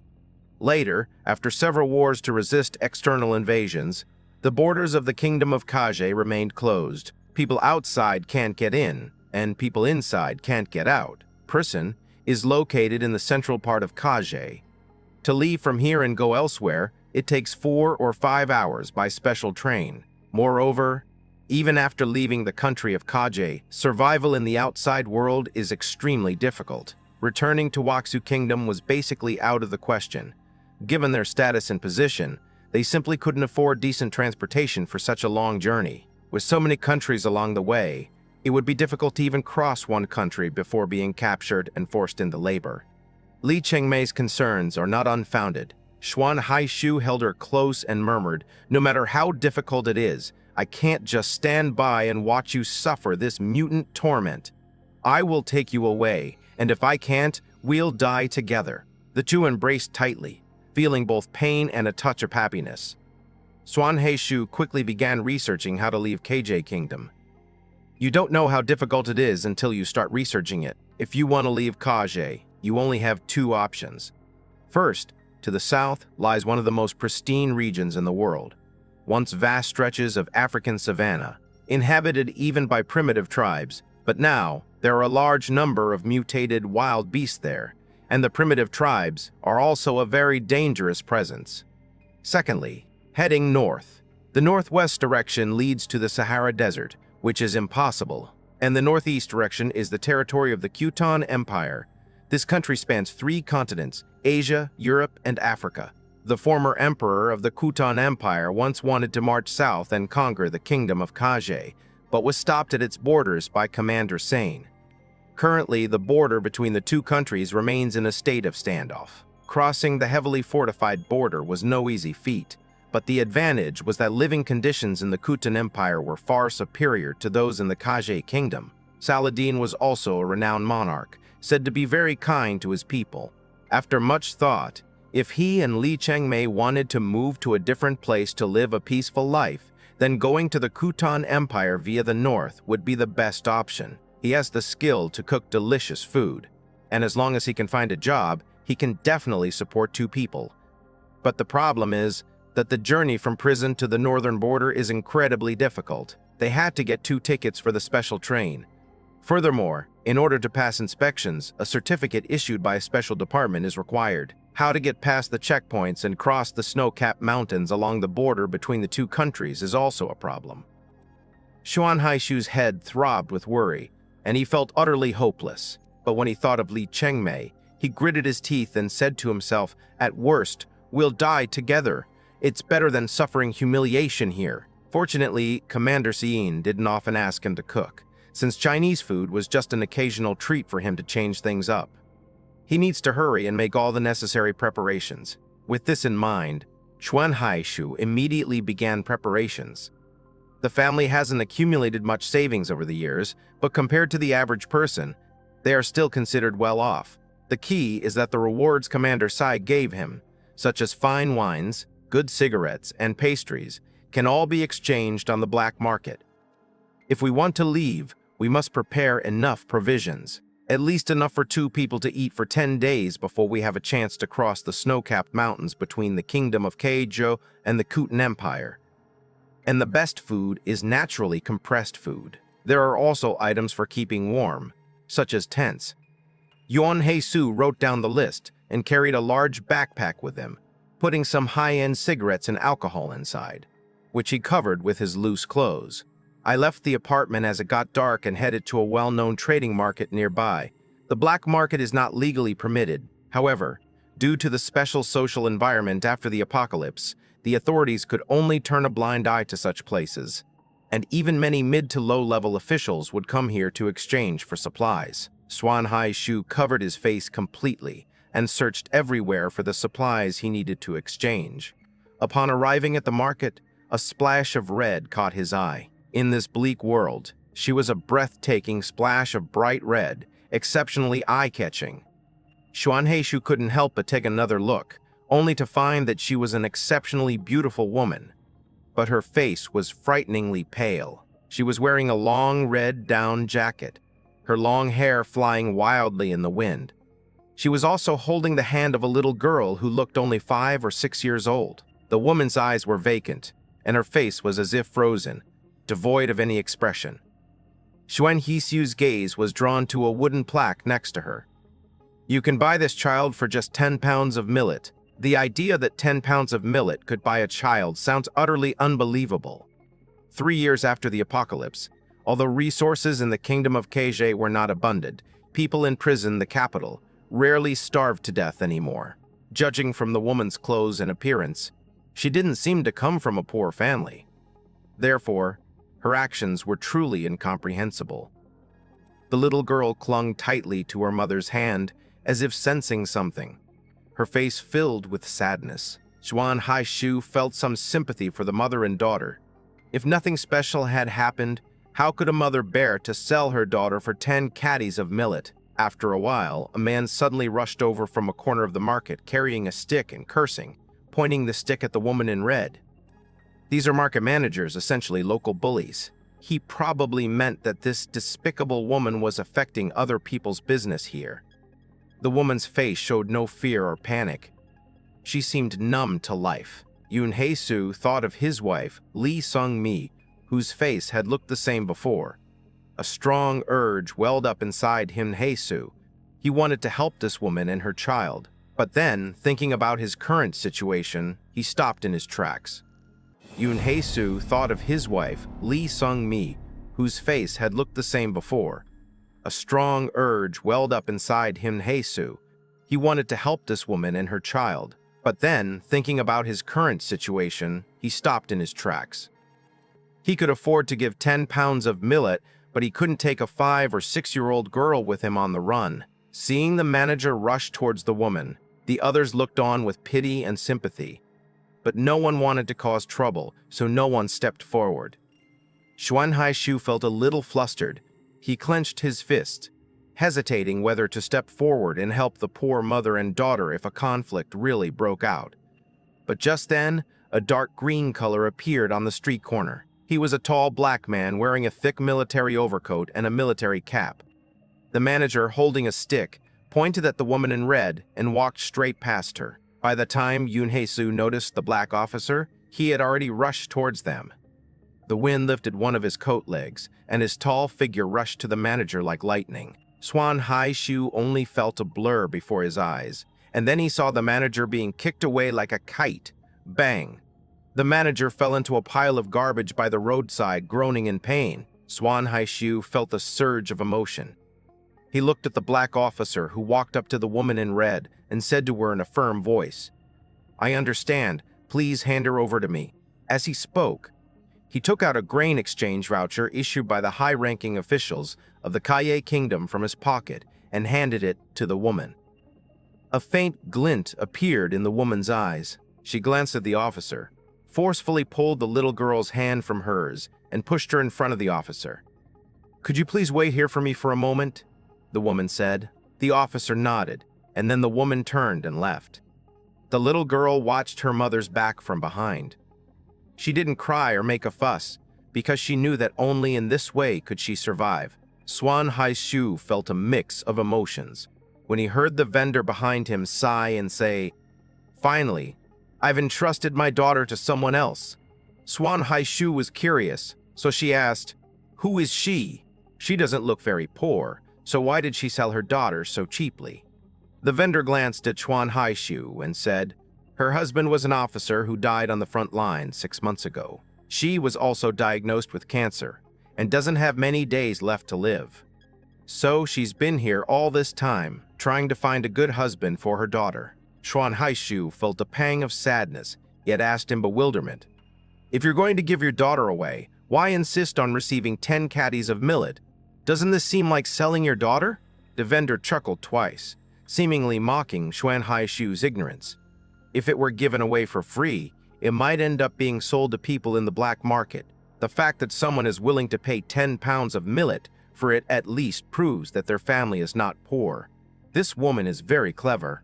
Hyun Haesu took a deep breath, letting the cold air fill his mouth and throat. Parents who love their children plan far ahead for them, and Hyun Haesu deeply felt the greatness of a mother. He looked at what he needed while keeping an eye on the situation over there. As agreed, the officer waited there for the woman to return. He seemed to know the woman's identity, and this action could be seen as a way to help his fallen comrades, or perhaps as a way to find some spiritual solace for himself, because no one knows whether he will be the one to die when the next war begins. Less than 10 minutes later, the woman rushed back. She was clearly in a hurry. She was covered in mud, probably because she had slipped and fallen on the road. She was carrying a thermos in her hand, and when she came to her daughter, she squatted down. The thermos contained a pot of millet porridge. The woman in red fed her daughter spoonful by spoonful of millet porridge, and at this moment she finally burst into tears, saying, "My daughter, Mommy won't be able to watch you grow up anymore. Let me make you this millet porridge one last time. You must eat well and grow up healthy."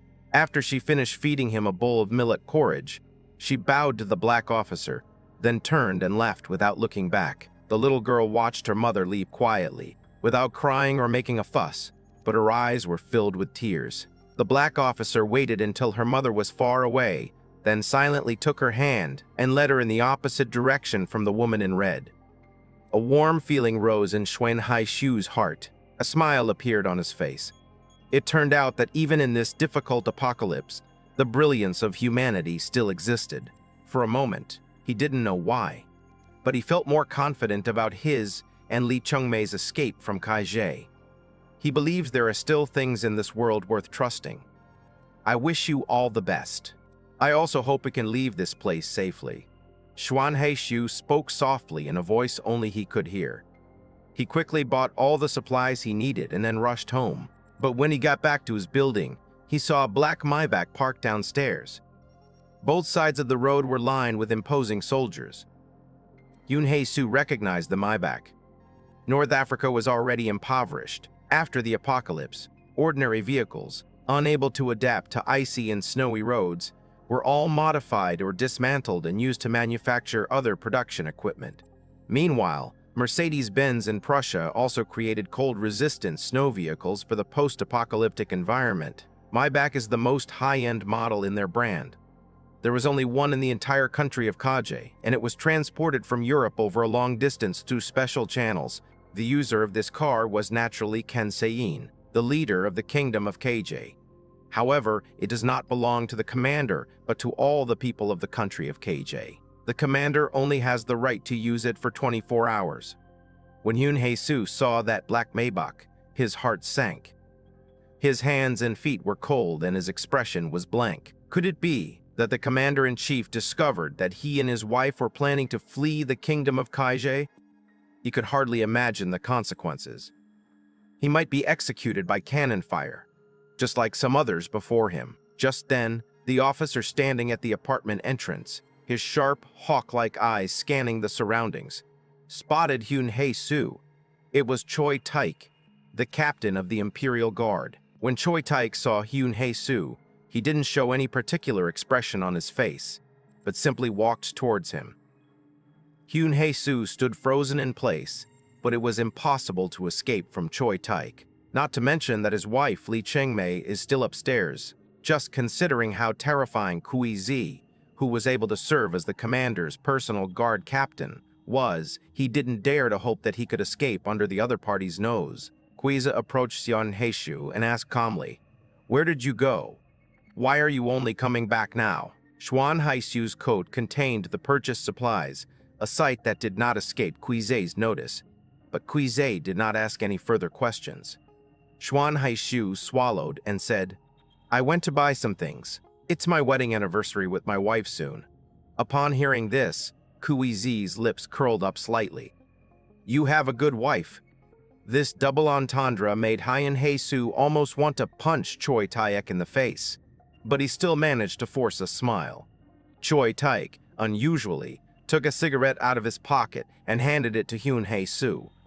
The two smoked, and Choi Taek casually said, "The commander has many women around him, but your wife seems to be his favorite, because very few people can get the commander to come so many times." Xuan Haishu didn't know what to say. The thought of his wife being tortured upstairs made his heart bleed. He could only suppress the urge to go crazy and force an awkward smile. Kuizi continued, "The commander has no children. If your wife can conceive the commander's child, it will be the greatest honor of your life. That's what you call good fortune, isn't it?" Hyun-Hae-soo continued to smile with his head down. Kuize assumed he was embarrassed and didn't take it to heart. He casually waved his hand and said, "There's no need to feel embarrassed. In prison, do you know how many people try every means to get their wives into the commander's bed? As long as you catch the commander's eye, your family will be guaranteed wealth and prosperity." Xuan Haishu thought of those banquets, where the officers would bring a female companion, and in such cold weather, they would all dress extremely sexily.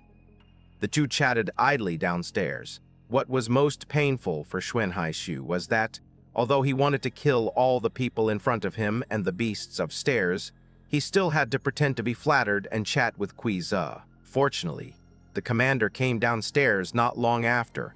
Upon seeing Hyun-Hae-soo, he warmly raised his hand in greeting. "Isn't this Haishu? You're back. Why don't you come up and sit for a while?" Hyun-Hae-soo's teeth were chattering. He opened his mouth with all his might, looking down like a loyal dog. "I dare not disturb the commander." Commander-in-Chief Sain chuckled. "I knew you were a polite person." He placed his hand on Xuan Haishu's shoulder and praised, "You have a good wife." Hyun-Hae-soo humbled himself to the dust and saw off Commander Scene. Only after the black Maybach had driven away did he hurriedly run back to his home. There was a lot of blood on the sofa. Hyun-Hae-soo embraced his wife and burst into tears. He no longer had any worries. He has to get Lee Chang-mei away from here. At worst, they'd die together. Even if it meant death, he would never let that beast touch his wife again. Hyun-Hae-soo knew he couldn't wait any longer. Otherwise, who knows which beast Commander Sai will kill his wife one day. He had spent many years in prison and was very familiar with how things worked there. To leave prison and head to the northern border, one must obtain a train ticket and a certificate. These two items are extremely difficult to obtain through normal channels. Not only is a certificate from the employer required, but it also needs to undergo strict review. However, The rules were designed from the outset to provide huge benefits to those who break them. The stricter the restrictions, the greater the potential benefits. Therefore, Hyun-hae-soo chose the simplest method by, since I'm planning to leave Kaje anyway, I won't use the money I've saved up here anymore. He and Lee Chung-mei could only take away a limited amount of necessary supplies. Therefore, he paid a high price to buy what he needed from the middleman. The time was the evening of the second day. It would be safer to travel under the cover of night. Once they reached the border, according to the information Xuan Haishu had gathered, it would be easier to travel along the eastern route of the snow-capped mountain on the border. The darkness of night provides the best camouflage. With everything ready, Hyun-hae-soo and Lee Sung-mi packed up and carefully checked the supplies more than a dozen times to make sure they had everything they needed. Then they waited anxiously. This process was undoubtedly a huge ordeal for them. They are constantly worried that something might happen. For example, their plan to escape is suddenly discovered, and they are arrested. There's a saying that goes, "What you fear most is what will happen." Their prayers did not bring them good fortune. Around 3 p.m., Hyun-hae-soo suddenly received a phone call. It was a call from the commander's residence. The commander-in-chief will be hosting a banquet tonight to entertain several important guests from abroad. That's why I asked him to come and cook. Hyun-hae-soo's heart sank, because the train tickets and certificates he bought at high prices have time limits. If he can't leave tonight, he won't be able to buy new certificates and tickets with the money he has left. So, we have to leave today. After a long internal struggle, Hyun-hae-soo said to Lee Sung-mi, "Sung-mi, go to Pulitzer Station first. If I haven't arrived by departure time, you can leave by yourself. But don't worry, I'll get there in time." Although Lee Chung-mei was uneasy, she had no choice but to do so for the time being, as keeping them around would only be a burden to Xuan Hashu. But she said to Hyun-hae-soo, "If you don't come, I won't leave alone. Even if we're going to die, we'll die together." Looking into his wife's resolute gaze, Hyun-hae-soo felt deeply moved, yet also a little saddened. Is heaven really going to be so cruel to him? Xuan Haishu had no better ideas, so he had to go out alone. Tweze has already sent a car to pick him up. In the past few days, Hyun-hae-soo has sensed a change in Choi Taek's attitude towards him.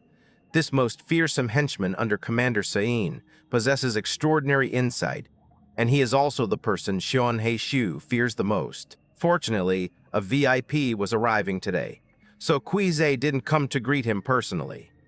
Otherwise, Xuan Haishu felt that he might have given himself away in front of him. The car drove straight to the commander's residence. Once on the ship, there would be no way to leave that small island. Hyun-hae-soo's mind raced as he tried to figure out how to escape this terrible situation and get to the train station to meet his wife. His eyes were looking out the window. Now that he had gained trust, he no longer needed his vision blocked. The two soldiers watching him didn't expect that this cook, who had a promising future in the country of Kaje, would have the idea of escaping, so they didn't guard him too strictly. As they passed by the Xiaobyonghori Grand Hotel, Hyun-hae-soo suddenly had a flash of inspiration and an idea popped into his head. "Wait a minute, stop the car here," he shouted at the driver. The soldiers nearby looked over. "What's going on, Chef Shen? You shouldn't be distracted by other things right now.